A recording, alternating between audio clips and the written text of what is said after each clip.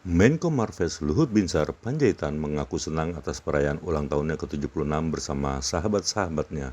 Dalam pidatonya, Luhut pun turut menyebut doanya agar Prabowo sukses menjadi presiden.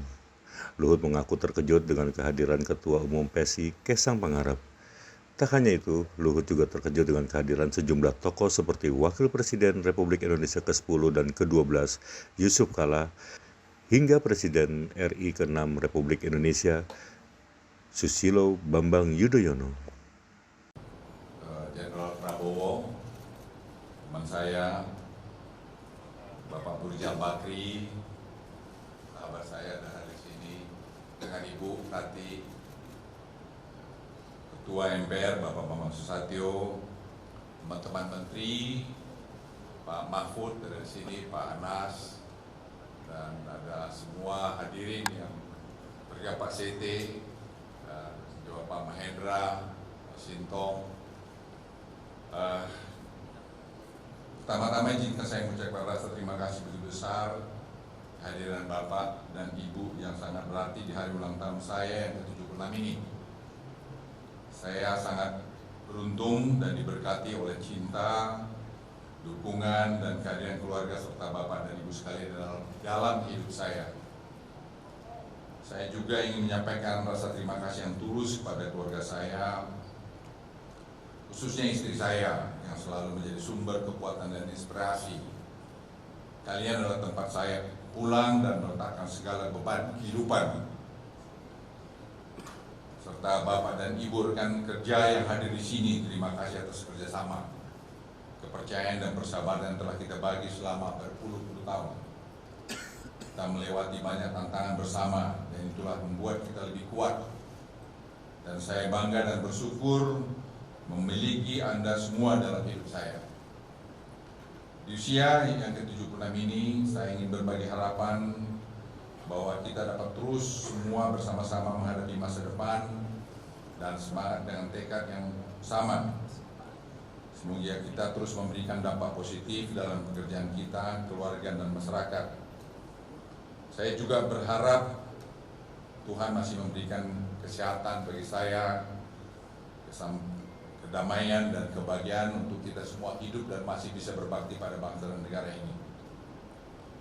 Saya juga menyampaikan terima kasih yang khusus pada Pak Peter Gonta yang telah menginisiasi buku ini. Ya, saya sebenarnya tidak pernah bayangkan jadi seperti ini. Karena satu ketika Pak Peter telepon saya, sahabat saya ini, dia bilang, "Bang, aku mau tulis buku mengenai Abang." Saya pikir dia yang menulis. Dia bilang, "Apalah aku tulis-tulis itu Peter lah, udahlah gitu-gitu aja lah."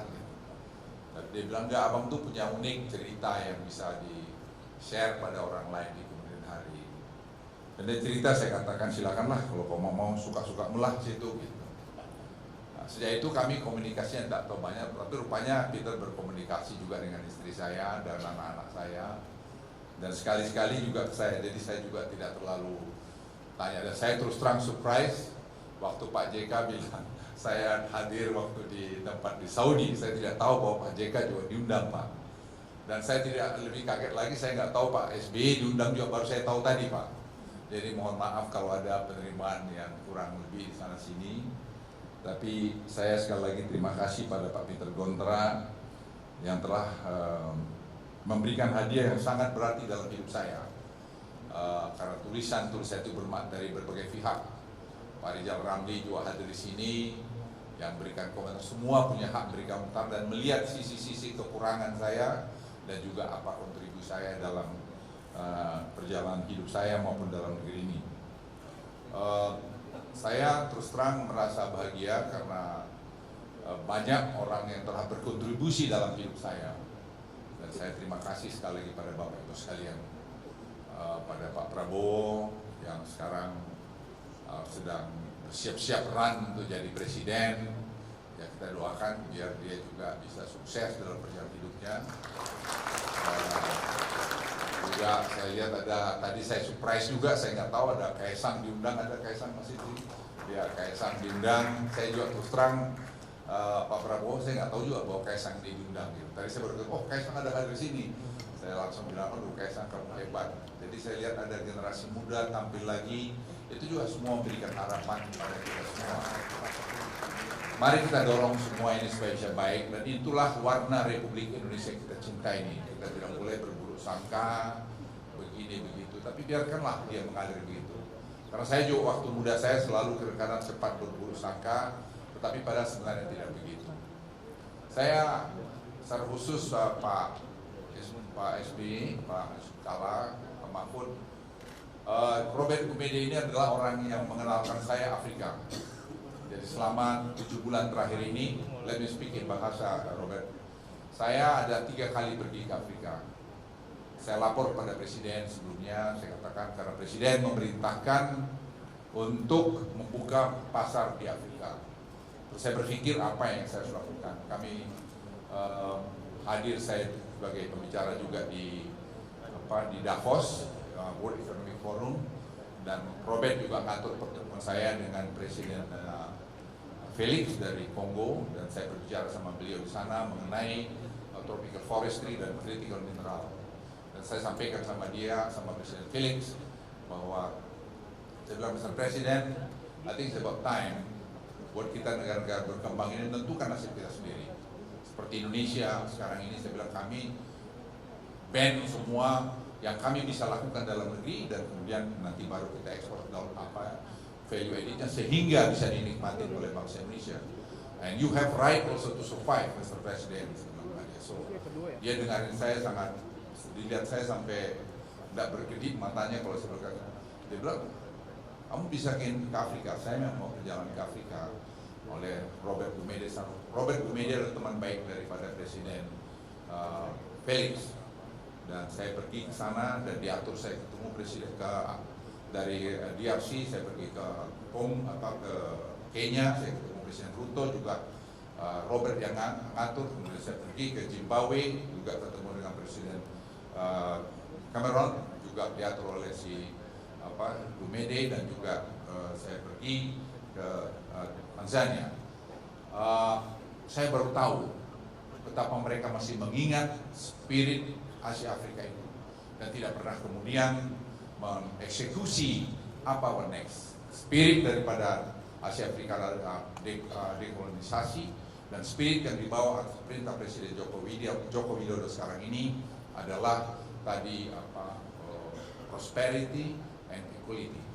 So I told Presiden Ruto and Presiden Felix, and I told Presiden Felix, I said, Mr. President, you have right also to survive.